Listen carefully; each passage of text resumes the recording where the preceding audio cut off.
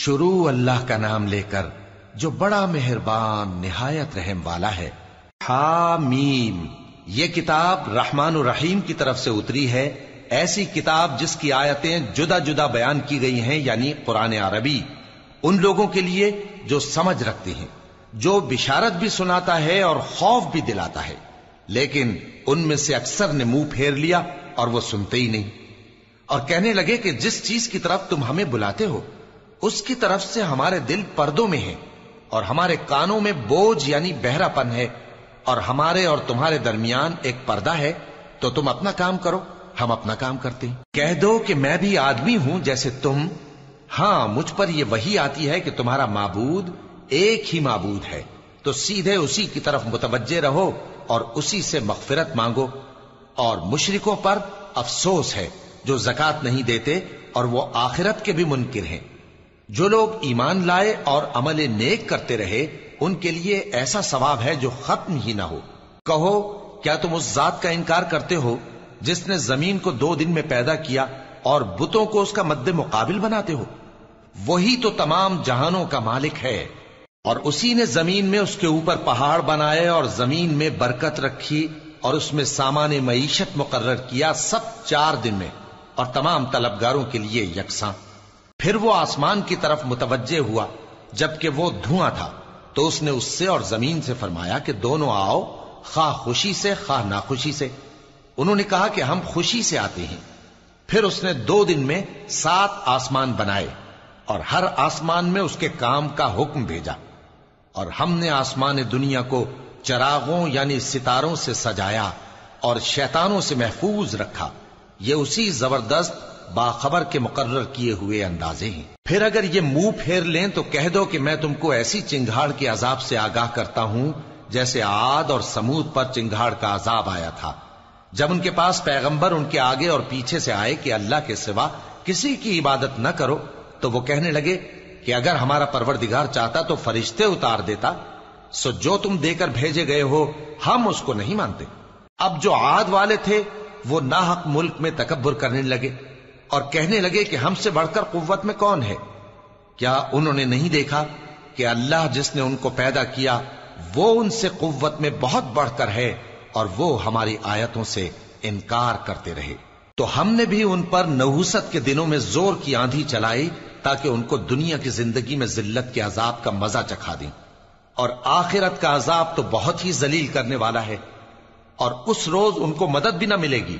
اور جو سمود والے تھے ان کو ہم نے سیدھا رستہ دکھا دیا تھا، مگر انہوں نے ہدایت کے مقابلے میں اندھا رہنا پسند کیا، تو ان کے اعمال کی سزا میں ذلت کے عذاب کی کڑک نے ان کو آ پکڑا۔ اور جو ایمان لائے اور پرہیزگار رہے ان کو ہم نے بچا لیا۔ اور جس دن اللہ کے دشمن دوزخ کی طرف اکٹھے کیے جائیں گے پھر ان کی الگ الگ جماعتیں بنائی جائیں گی، یہاں تک کہ جب دوزخ کے پاس پہنچ جائیں گے تو ان کے کان اور آنکھیں اور کھالیں یعنی دوسرے اعضاء ان کے خلاف ان کے اعمال کی شہادت دیں گے، اور وہ اپنی کھالوں یعنی اعضاء سے کہیں گے کہ تم نے ہمارے خلاف کیوں شہادت دی؟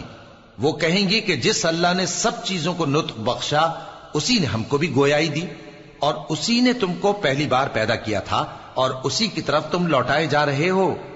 اور تم اس بات کے خوف سے تو پردہ نہیں کرتے تھے کہ تمہارے کان اور تمہاری آنکھیں اور کھالیں تمہارے خلاف شہادت دیں گی، بلکہ تم یہ خیال کرتے تھے کہ اللہ کو تمہارے بہت سے اعمال کی خبر ہی نہیں، اور اسی خیال نے جو تم اپنے پروردگار کے بارے میں رکھتے تھے تم کو ہلاک کر دیا اور تم خسارہ پانے والوں میں ہو گئے۔ اب اگر یہ صبر کریں گے تو بھی ان کا ٹھکانہ دوزخ ہی ہے، اور اگر توبہ کریں گے تو ان کی توبہ قبول نہیں کی جائے گی۔ اور ہم نے ان کے ایسے ساتھی بنائے جنہوں نے ان کے اگلے اور پچھلے اعمال ان کو عمدہ کر دکھائے تھے، اور جنات اور انسانوں کی جماعتیں جو ان سے پہلے گزر چکی ان پر بھی اللہ کے عذاب کا وعدہ پورا ہو گیا۔ بے شک یہ نقصان اٹھانے والے ہیں۔ اور کافر کہنے لگے کہ اس قرآن کو سنا ہی نہ کرو، اور جب پڑھنے لگے تو شور مچا دیا کرو تاکہ تم غالب رہو۔ سو ہم بھی کافروں کو سخت عذاب کے مزے چکھائیں گے اور ان کے برے اعمال کی جو وہ کرتے تھے سزا دیں گے۔ یہ اللہ کے دشمنوں کا بدلہ ہے یعنی دوزخ، ان کے لیے اسی میں ہمیشہ کا گھر ہے۔ یہ اس کی سزا ہے کہ ہماری آیتوں سے انکار کرتے تھے۔ اور کافر کہیں گے کہ اے ہمارے پروردگار،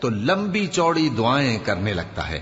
کہو کہ بھلا دیکھو تو اگر یہ قرآن اللہ کی طرف سے ہو پھر بھی تم اس سے انکار کرو تو اس سے بڑھ کر کون گمراہ ہے جو حق کی مخالفت میں دور نکل گیا ہو۔ ہم ان قریب ان کو اطراف عالم میں بھی اور خود ان کی ذات میں بھی اپنی نشانیاں دکھائیں گے، یہاں تک کہ ان پر ظاہر ہو جائے گا کہ قرآن حق ہے۔ کیا تم کو یہ کافی نہیں کہ تمہارا پروردگار ہر چیز سے خبردار ہے؟ دیکھو یہ اپنے پروردگار کے روبرو حاضر ہونے سے شک میں ہیں۔ سن رکھو کہ وہ ہر چیز کا احاطہ کیے ہوئے ہے۔